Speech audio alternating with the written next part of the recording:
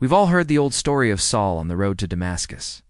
It's a great story. Many of us have heard it so many times, we may not even realize how amazing the story really is.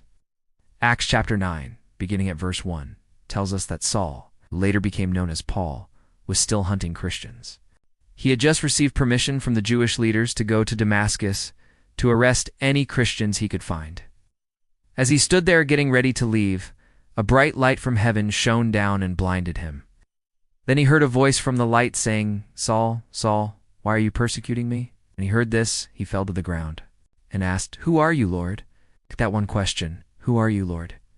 changed the course of history. You see, up until that moment, Saul had been a religious man. He followed the law. He had persecuted people for not following the law. But he didn't know Jesus. After Jesus spoke to him, everything changed. The scales fell from his eyes, and he became the great apostle to the Gentiles, the author of most of the New Testament. Someone who went from being a persecutor of Christians to being a great man of God, someone used mightily of God to spread the gospel. I love the fact that in this passage, Luke, the author of the book of Acts, doesn't sugarcoat who Saul was. He was a religious man who persecuted people who followed Jesus. But look at what happens when Jesus speaks to him. His heart is changed. His mind is changed. His perspective is completely turned around. You see, many people think that when you follow Jesus, you're just supposed to be a better person. And yes, that's true. But sometimes when you follow Jesus, you go from being an entirely different person. You go from being an enemy of the cross to being a friend of the bridegroom. You go from being a persecutor of the saints to being a preacher of the gospel.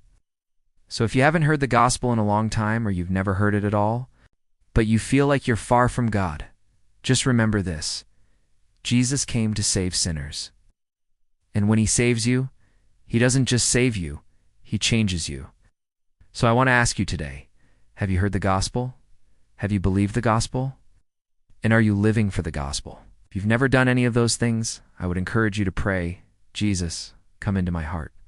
Save me, change me, transform me, use me," and then get in the Word of God, get in the church, and let God change you more and more every single day.